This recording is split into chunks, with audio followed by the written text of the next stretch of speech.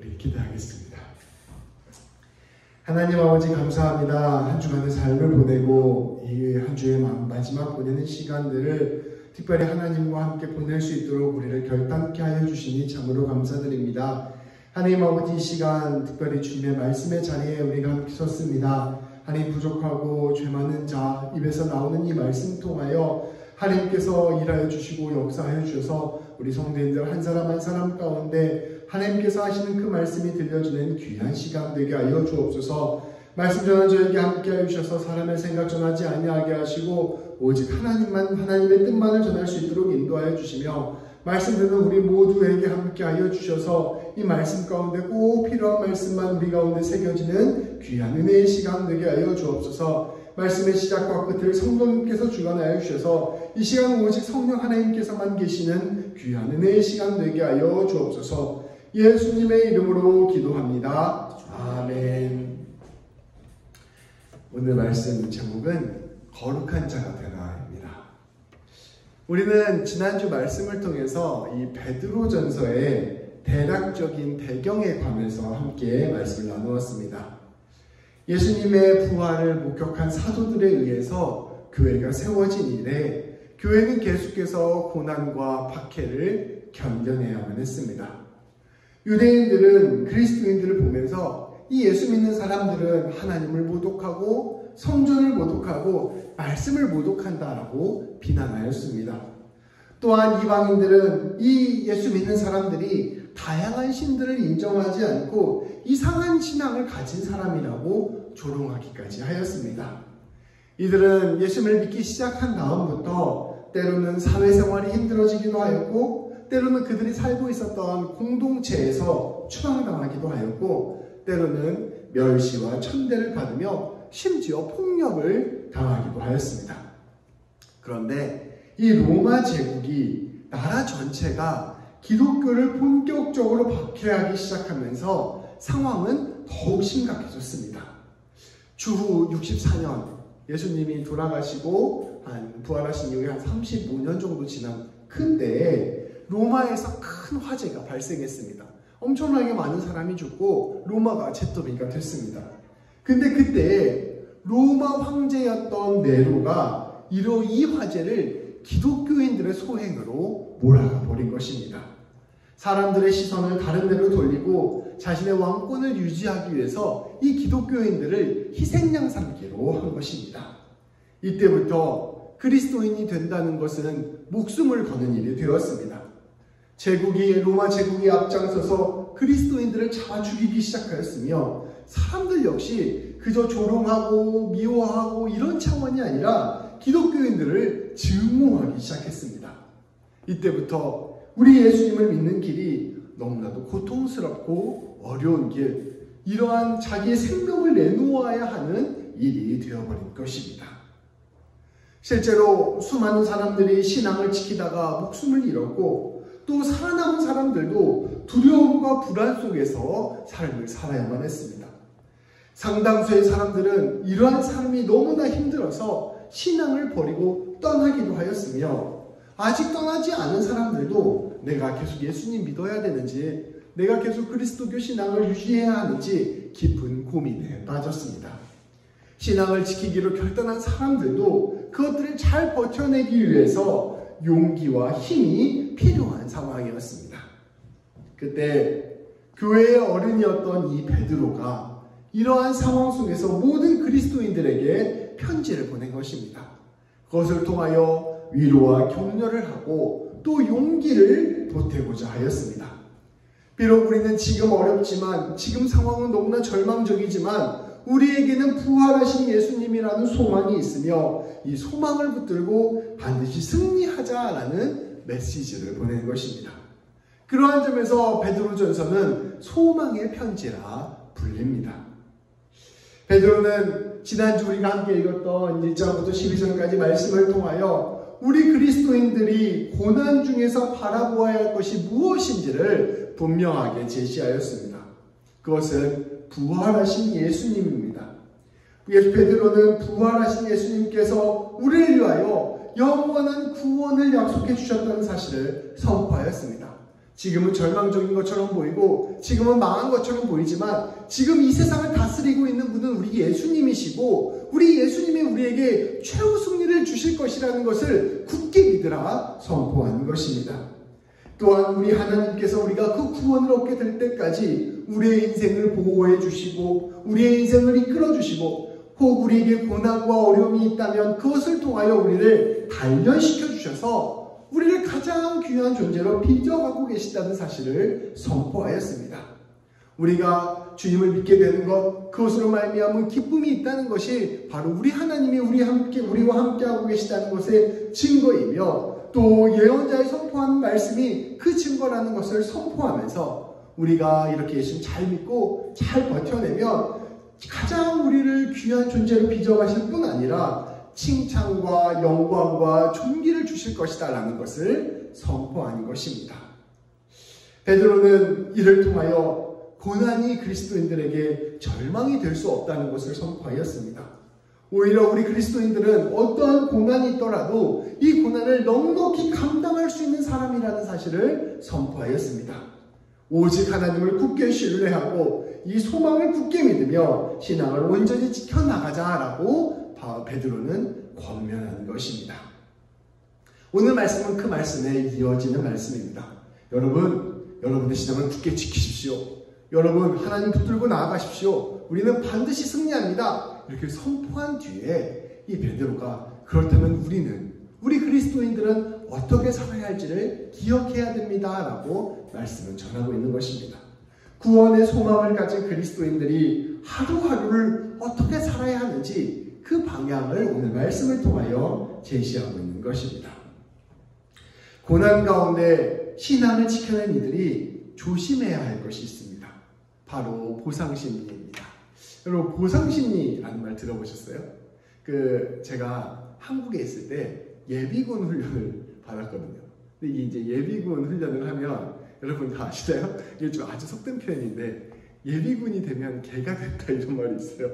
이게 군복도 다 풀어 헤치고 총도 막 이렇게 끌고 가고 그래서 막 예비군 훈련 때 잘 따라가지도 않고 요즘은 많이 바뀌었다고 하더라고요. 그래서 막 최대한 어떻게 해서든지 그 예비군 훈련을 편하게 받고 돌아오려고 하는 그런 마음들이 예비군들 마음속에 있거든요. 근데 그게 왜 그러냐면 이 예비군들이 막 다 못되고 심성이 나쁘고 이래서가 아니라 내가 2년 동안 열심히 군 생활하는 것에 대한 일종의 보상심리라고 저는 생각을 합니다. 내가 열심히 수고하고 애썼으니 이 정도는 풀어줘도 돼 이렇게 생각하는 것이 바로 그 예비군들의 마음입니다. 우리가 무언가에 수고하고 헌신한다면 그에 따른 보상을 받고 싶어하는 것입니다. 당시 그리스도인들은 그리스도인으로 살아간다는 것 자체가 위대한 일이었습니다. 왜냐하면 믿음을 지켜내는 것 자체가 목숨을 건 행위였기 때문입니다. 그들은 놀라운 믿음으로 신앙을 지켜내고 있었습니다. 그런데 사람의 마음이라는 것이 참 묘합니다. 이처럼 고난과 역경 가운데 신앙을 지켜내면 그의 모든 삶은 볼 것도 없이 주님의 뜻대로 살아갈 것처럼 우리가 생각하는데 실상은 이와는 반대로 나타날 때가 있다는 것입니다. 내가 신앙을 위해서 이만큼 목숨을 걸었는데 내가 하나님을 위해서 이만큼 헌신했는데 하는 그 마음이 생기는 순간 우리의 마음속에는 묘하게도 교만이 생기고 자랑이 생기고 헛된 것들을 추구하는 마음이 생기는 것입니다. 하나님을 위해서 내가 이 정도 했으면 됐지. 그러니까 내 이 세상에서 이 정도는 좀 받아도 돼. 이런 신앙의 보상 심리가 우리 안에서 생각하는 것입니다. 솟아나는 것입니다. 그리하여 고린도전서 10장 12절 말씀에서는 그런 중 선줄로 생각하는 자는 넘어질까 조심하라 라고 우리에게 선포하고 있습니다. 실제로 우리의 삶을 되돌아보면 이러한 때가 참 많습니다. 주님의 큰 은혜를 경험하고 나서 주변 사람과 싸우게 된다든지 또 수많은 헌신과 수고를 잘 감당한 뒤에 시험에 빠지게 된다든지 또 내가 믿음의 상태가 지금 너무 좋아 이렇게 생각했던 그 순간에 사람들이 나 때문에 상처를 받게 된다든지 또 내가 주님과 깊은 교제를 나누고 있는 그 순간에 역설적으로 죄악을 저지르게 된다든지 하는 실수들을 우리는 우리의 신앙생활 가운데 종종 저지르게 되는 것입니다. 심지어 한평생 자기의 목회를 잘 성실하게 헌신한 목회자들이 말년에 돈과 권력을 움켜쥐려고 하는 모습들을 우리가 종종 보곤 합니다. 이러한 것들도 이러한 함정에 빠진 것입니다. 그러한 점에서 베드로 사도는 고난 중에 있다고 해서 여러분의 신앙의 삶을 나태하게 하지 말고 고난 중에 있을 때에 더욱 여러분의 삶을 거룩한 삶으로 붙들고 나아가야 됩니다 라고 선포하고 있는 것입니다. 여러분 신앙을 지키는 것이 그저 그것만으로도 위대한 일이기 때문에 내가 이 정도 했으면 됐지 하고 내 삶을 함부로 살아가는 것이 아니라 여러분 고난 중에서 여러분들의 신앙을 지켜내는 것만큼 중요한 것이 그 신앙대로 살아가는 삶을 사는 것입니다 라고 선포하고 있는 것입니다. 고난을 견뎌내고 주님께 충성하는 삶이 우리의 삶을 다른 방향에서 무너지게 하는 명분이 되지 않기를 선포한 것입니다. 베드로는 고난과 환난 가운데 있을수록 더욱 거룩한 삶을 추구하고 더욱 주님이 원하시는 삶을 살아야 한다고 선포하고 있습니다. 오늘 말씀 13절부터 17절까지 말씀입니다. 우리 한번 같이 읽어볼까요? 이제 졸리니까 우리가 저 읽어보도록 하겠습니다. 시작! 그러므로 너희 마음의 허리를 동이고 근신하여 예수 그리스도께서 나타내실 때에 너희에게 가져다 주실 은혜를 온전히 바랄지어다. 너희가 순종하는 자식처럼 전에 알지 못하던 때에 따르던 너희 사욕을 본받지 말고 오직 너희를 부르신 거룩한 이처럼 너희도 모든 행실을 거룩한 자가 되라. 기록되었으되 내가 거룩하니 너희도 거룩할지어다 하셨느니라. 외모로 보지 않고 각 사람의 행위대로 심판하시는 이를 너희가 아버지라 부른즉 너희가 나그네로 있을 때를 두려움으로 지내라. 아멘. 베드로는 이렇게 선포하는 것입니다. 우리 주님이 우리의 소망이 되시고 우리의 삶을 주님께서 붙들고 계심을 믿는 우리 그리스도인들은 이제 거룩한 삶을 살아갑시다. 우리의 마음에 허리를 동이고 근신합시다. 여러분 허리를 동인다는 게 무슨 뜻이냐면요. 옛날에는 옷이 다 치렁치렁했잖아요. 근데 달리려면은 치렁치렁하면 달리기를 못하잖아요. 그래서 옷을 끌어 당겨가지고 허리에 딱 잡아 묶는 걸 허리에 동인다고 하는 거예요. 달릴 준비를 하는 것, 이것은 허리를 동인다고 표현하는데 마음의 허리를 동여라. 마음을 단단히 먹고 너희가 이제 어떻게 할 것인지 결단하면서 살아라. 이런 의미를 담고 있습니다. 그리고 정신을 똑바로 차리고 살아갑시다 라고 이야기하고 있는 것입니다. 베드로는 이렇게 이야기합니다. 우리 예수님께서 다시 오실 때에 우리에게 주실 그 은혜를 끝까지 바라보며 살아갑시다. 그저 하루하루를 때우는 삶으로 살지 말고 예수님 믿는 사람으로서 주님 바라보고 정신 바짝 차리고 살아갈 것을 권면하고 있는 것입니다. 그렇다면 그렇게 살아간다는 것이 무엇일까요? 그것은 하나님의 뜻에 순종하며 살아가는 것을 뜻합니다.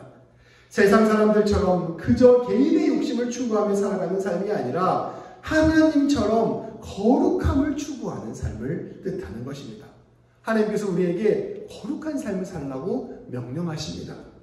거룩하다는 것이 무엇일까요? 거룩이라는 말은 성경에서 사실은 하나님께만 쓸 수 있는 말입니다. 하나님을 바라보며 거룩한 분, 이렇게 우리가 고백하는 것이죠. 거룩이라는 말은 원래 우리말로는 거룩이라는 단어가 크고 웅장하다 이런 뜻이에요. 그래서 거룩하면은 우리 약간 크고 웅장한 뭔가가 떠오르잖아요. 근데 원래 거룩이라는 단어로 번역한 성경 원어는 그 히브리어로는 카다시, 헬라어로는 하기오스라는 단어인데 이게 구분되었다라는 뜻입니다. 그러니까 조금 더 쉽게 설명하면 하나님께 속한 것, 우리 세상에 속한 것이 아니라 하나님께 속한 것을 거룩한 것이다 라고 표현하는 것입니다.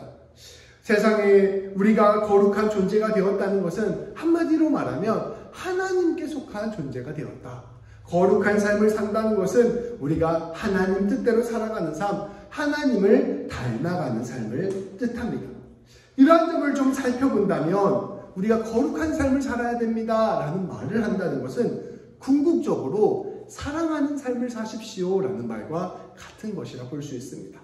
하나님이 이 세상을 사랑해 주시고 우리 한 사람 한 사람을 사랑해 주시는 것처럼 그것이 하나님의 모습이니 하나님의 것이 된 우리는 하나님처럼 우리도 우리 이웃을 사랑하고 우리와 함께하는 이들을 품으면서 나아갑시다 라는 말과 같은 것으로 볼 수 있는 것이죠. 우리 하나님이 곧 사랑이시기 때문입니다. 이것을 합쳐서 이해해보면 그리스도인이라면 내 욕심, 내 욕망, 내 자랑, 내 뜻을 위해서만 사는 삶이 아니라 하나님을 사랑하고 이웃을 사랑하는 삶을 살아야 한다는 것입니다. 17절 말씀은 우리에게만 선포하고 있습니다. 우리 하나님은 우리를 판단하실 때에 겉모습을 가지고 판단하지 않으십니다.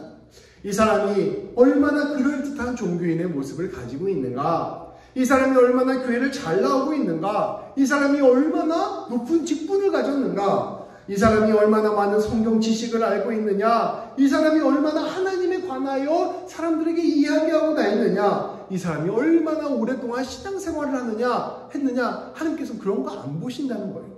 또한 하나님께서는 이 사람이 세상적으로 얼마나 높은 권세를 가지고 얼마나 성공을 하고 얼마나 많은 돈을 가졌는가, 그것도 하나님께서는 보시지 않는다는 것입니다. 하나님께서는 그 사람이 얼마나 사랑했는가, 그것을 보고 그 사람을 심판한다라고 말씀하고 있는 것이죠. 베드로는 우리의 삶의 중심이 무엇이어야 하는가, 우리가 무엇을 가장 소중하게 생각하고 따라야 하는지를 분명히 선포하였습니다. 베드로는 우리에게 그저 고난을 이겨내고 버텨내는 것, 그런 그리스도인에서 그치는 것이 아니라 적극적으로 삶의 자리에서 사랑하는 그리스도인이 될 것을 선포하고 있는 것입니다. 계속해서 18절부터 22절 말씀은 그 뜻을 더 분명하게 보여줍니다. 우리 이것도 같이 한번 읽어보도록 하겠습니다. 시작! 너희가 알거니와 너희 조상이 물려준 헛된 행실에서 대속함을 받은 것은 은이나 금같이 없어질 것으로 된 것이 아니오 오직 흠없고 점없는 어린 양 같은 그리스도의 보배로운 피로 된 것이니라. 그는 창세전부터 미리 알림받으신 이나 이 말세에 너희를 위하여 나타내신 바 되었으니 너희는 그를 죽은 자 가운데서 살리시고 영광을 주신 하나님을 그리스도로 말미암아 믿는 자니 너희 믿음과 소망이 하나님께 있게 하셨느니라. 너희가 진리를 순종함으로 너희 영혼을 깨끗하게 하여 거짓이 없이 형제를 사랑하기에 이르렀으니 마음으로 뜨겁게 서로 사랑하라. 아멘. 베드로는 선포하고 있는 것입니다. 하나님께서 여러분에게 주신 것, 그것의 핵심이 바로 사랑입니다. 여러분들의 조상들을 생각해 보십시오. 여러분들의 조상들은 우상을 숭배하고 그저 욕망과 욕심에 따라 살아가고 형식적인 종교 생활을 하면서 하나님을 알지 못하는 삶을 살았었습니다. 그리고 여러분들은 원래 이 조상들이 살았던 그 모습대로 살았던 사람들입니다. 그러한 삶을 살았던 여러분들이 구원을 받게 되고 하나님의 백성이 되고 거룩함을 입게 된 것이 은과 금으로 얻은 것이 아니었습니다. 여러분들이 재물을 가지고 그 구원을 산 게 아니었습니다. 여러분들이 그 구원을 얻게 된 것은 오직 흠이 없고 점이 없는 어린 양과 같은 우리 주님 예수 그리스도의 십자가 보혈이 있었기 때문에 여러분들은 구원을 얻은 것입니다. 이것은 우리 하나님께서 여러분을 지극히 사랑하사 여러분을 위하여 자신의 독생자 예수님을 내어주셨음을 뜻하는 것입니다.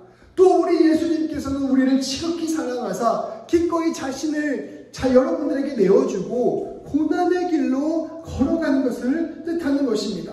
이것 때문에 하나님의 지극한 사랑 때문에 여러분들이 구원을 얻게 된 것입니다.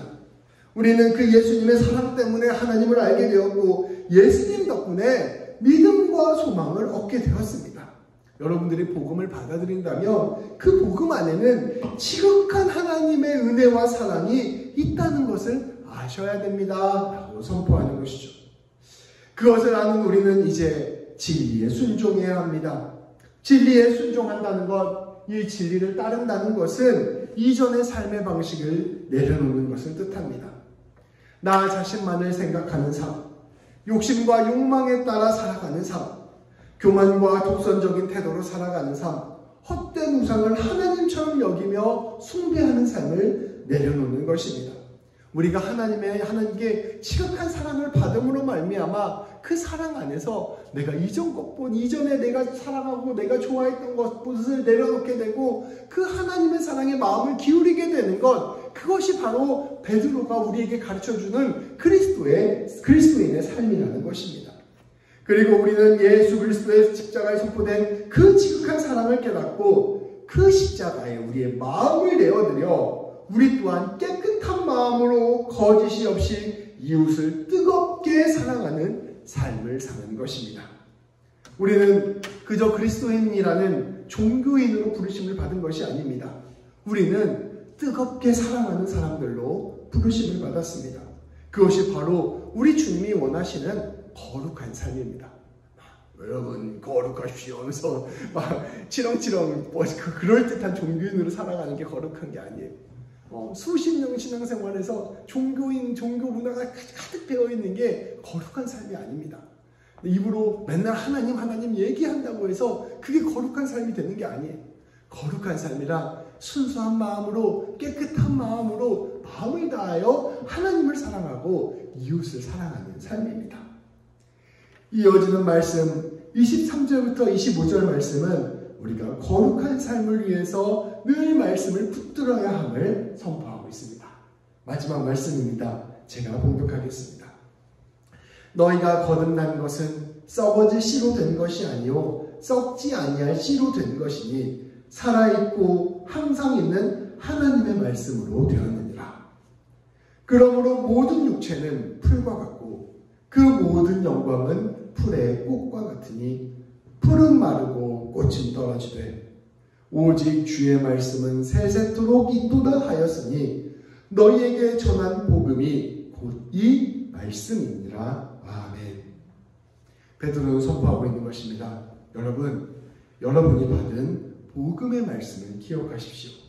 이것을 조금 더 쉽게 설명하면 곧 예수 그리스도의 십자가에 선포된 우리를 향한 그 영원한 사랑을 기억하십시오.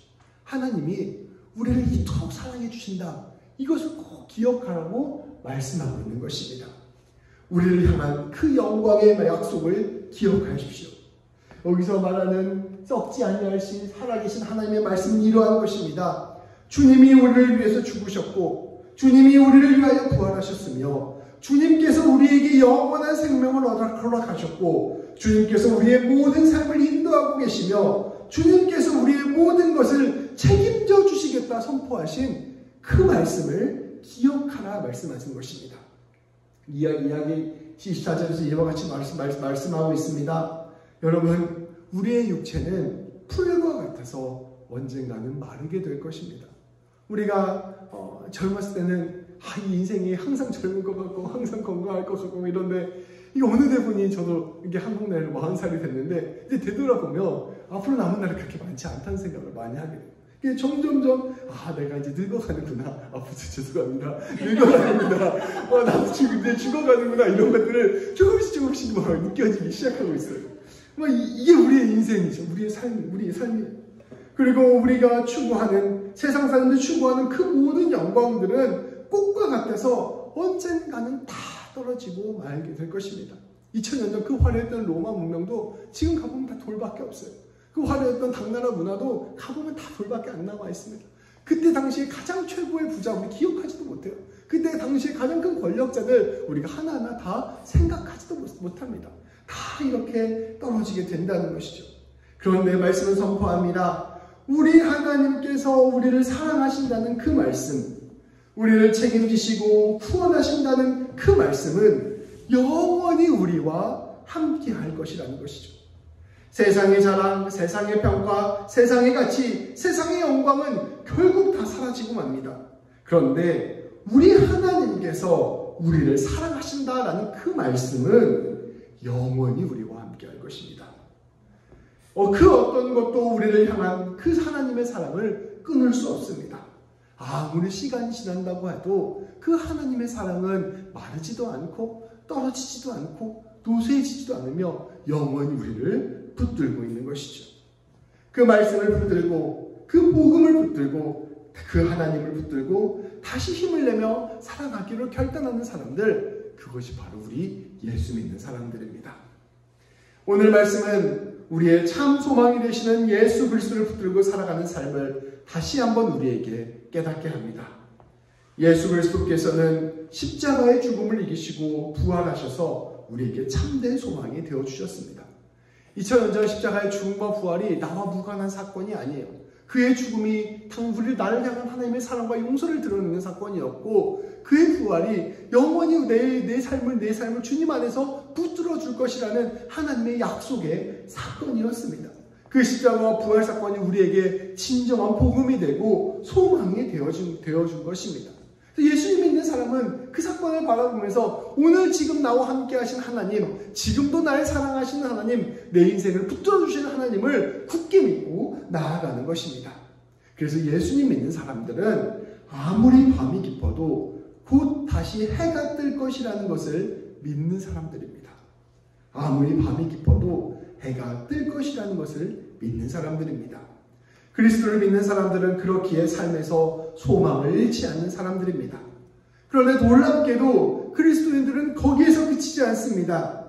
그 깊은 밤에 햇빛이 곧 다가올 때까지 그 햇빛을 기대하면서 삶의 자리에서 작은 촛불을 켜는 사람들입니다. 다른 사람들은 영원히 밤이 지속될 것이라고 생각해서 어둠에 적응하고 오히려 어둠을 추구하는 삶을 사는데, 우리 그리스도인들은 작은 촛불을 켜서 빛이 있다는 사실을 전하고 곧 해가 뜨게 될 것이라는 소식을 준비하는 사람들인 것입니다. 이 촛불이 바로 사랑입니다. 곧 영원한 사랑의 나라, 하나님의 나라가 오실 것이라는 것을 기대하고, 이 세상은 늘 어둠 가운데서 나의 욕망, 나의 자랑, 나의 높아짐만을 추구할 때 우리는 곧 그 사랑이 오는 것을 믿음으로 기대하며 내 삶의 자리에서 사랑의 불빛을 용기 있게 켜는 사람, 그 사람이 바로 우리 그리스도인들인 것입니다. 오늘 말씀을 통해 다시 한번 우리 예수님 바라보고 우리 예수님의 사랑에 이끌려 사랑을 결단하는 우리 모두가 되길, 또 그렇게 거룩한 사람이 되기를 주님의 이름으로 축복합니다. 네, 기도하시겠습니다. 하나님 아버지 감사합니다. 오늘 말씀을 통하여 베드로의 고백을 통하여 우리에게 진정한 소망이 되어주시고 우리에게 진정한 영광이 되어주시는 하나님을 바라보게 하여 주시니 참으로 감사드립니다. 특별히 말씀을 통하여 우리 하나님께서 우리를 얼마나 지극히 사랑하시는 일을 다시금 깨닫게 하여 주시니 감사드립니다. 하나님, 이 세상에 수많은 우리의 삶을 이끌어가는 것이 있고 우리의 삶 가운데 많은 중요한 것들이 있지만 우리들이 그 모든 것들에 앞서 하나님께서 나를 사랑하신다는 그 사실을 바라보는 것을 가장 귀한 것, 가장 소중한 것, 우리의 마음의 중심이 되는 것으로 붙들고 나아갈 수 있도록 인도하여 주옵소서. 그 하나님의 사랑을 우리가 아는 것이 얼마나 기쁜 일인지, 얼마나 우리 마음 가운데 평안을 주는 일인지, 얼마나 우리의 삶을 담대하게 하는지, 얼마나 우리의 삶을 가치 있게 하는지를 우리가 진실로 바라보게 하여 주셔서 우리가 주님의 사랑을 깊이 깨닫고 그 사랑 안에서 사랑하며 살아가는 자를 될 수 있도록 인도하여 주옵소서. 아버지 하나님, 우리 귀한 새벽교회 모든 성도님들의 삶이 오직 주의 예수님의 빛 가운데 거하는 삶 되게 하여 주셔서 우리 성도님들이 가는 곳곳마다 예수 향기 드러나게 하시고 하나님의 빛이 드러나게 하여 주시며 주의 사랑이 전파되어 우리 성도님들을 통하여 삶의 자리 곳곳이 주님의 나라가 되는 귀한 역사를 이루어 주옵소서. 우리 주 예수님의 이름으로 기도합니다. 아멘.